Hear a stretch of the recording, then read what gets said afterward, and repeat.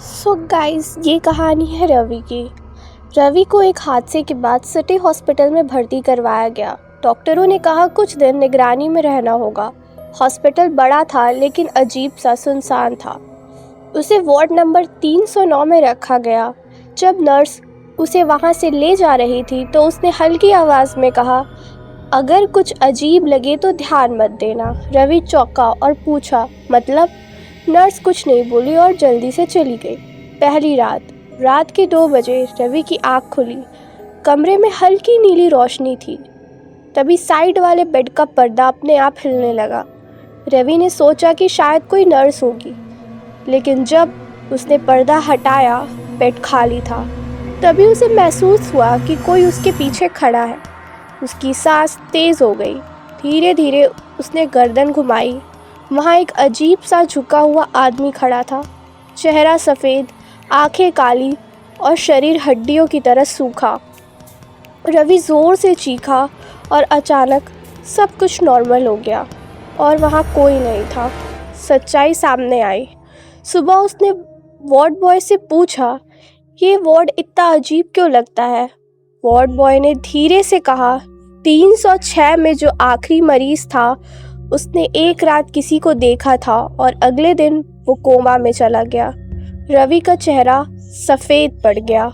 उस रात उसने तय किया, अब एक पल भी यहाँ नहीं रुकना। अगली सुबह डॉक्टर ने रिपोर्ट देखकर कहा, तुम अब ठीक हो, डिस्चार्ज कर सकते हैं। रवि जल्दी से सामान उठाकर निकल गया। जैसे ही वो हॉस्पिटल के दरवाजे से बाहर निकला, उसे कुछ बहुत अजीब सा महसूस हो रहा था, जैसे कोई उसका पीछा कर रहा हो। उसका मन एक अजीब सी बेचैनी से भर गया, लेकिन उसने पीछे मुड़कर नहीं देखा।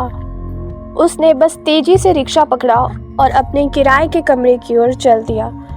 रास्ते में भी उसे ऐसा लग रहा था कि कोई उसके साथ चल रहा है। जैसे ही वो घर पहुंचा, उसने दरवाज़ा बंद किया और लंबी सांस ली और बोला, अब सब ठीक है शायद। रवि ने सोचा कि ये सब बस एक बुरा सपना था, लेकिन जब उसने अलमारी खोली तो वहाँ हॉस्पिटल का एक मरीज़ की आईडी पड़ी हुई थी। उसका नाम नहीं लिखा था, बट जैसे ही उसने अपने हाथ में वो आईडी ली, उस पर लिखा था नाम रोहित वर्मा, कमरा नंबर वार्ड 309, स्थिति मृत्यु। रवि के हाथ से कार्ड गिर गया। ये कैसे आया? तभी कमरे में बल्ब हल्की हल्की जलने बुझने लगी। फिर आईने में कुछ दिखा। पीछे वही झुकी हुई परछाई खड़ी थी। लंबा शरीर, सफ़ेद चेहरा, गहरी काली आंखें। लेकिन रवि ने पीछे मुड़कर नहीं देखा। उसे बस एक चीज़ समझ आ गई थी, वो हॉस्पिटल से बाहर आ गया था, लेकिन वो चीज़ उसके साथ आ चुकी थी। भागने की कोशिश की रवि ने बिना कुछ सोचे समझे मंदिर की तरफ भागना शुरू कर दिया। रास्ते में हवा तेज़ होने लगी। स्ट्रीट लाइट टिमटिमा रही थी। हर जगह वही आवाज़ गूंज रही थी, रुको रुको रुको। लेकिन रवि रुका नहीं। मंदिर में पहुंचते ही उसने घबराकर पुजारी को सब बताया। पुजारी ने गौर से देखा और कहा, वो आत्मा तुमसे कुछ कहना चाहती है, लेकिन तुम डरो मत। रवि ने कांपते हुए पूछा, तो मैं क्या करूं? पुजारी ने गंगा जल छिड़कते हुए कहा, अगर डर कर भागते रहोगे तो ये कभी पीछा नहीं छोड़ेगी, सामना करना होगा। रवि ने हिम्मत जुटाई और पुजारी से हवन और पूजा करवाई। रात के 12 बजे वह अपने कमरे में बैठा था। उसने अब तय कर लिया था, अगर कुछ हुआ तो इस बार वह पीछे मुड़कर देखेगा। धीरे धीरे ठंड बढ़ने लगी। कमरे की लाइट फिर टिमटिमाने लगी और फिर आईने में वही परछाई दिखी। इस बार रवि ने गहरी सांस ली और धीरे धीरे से पीछे मुड़ा।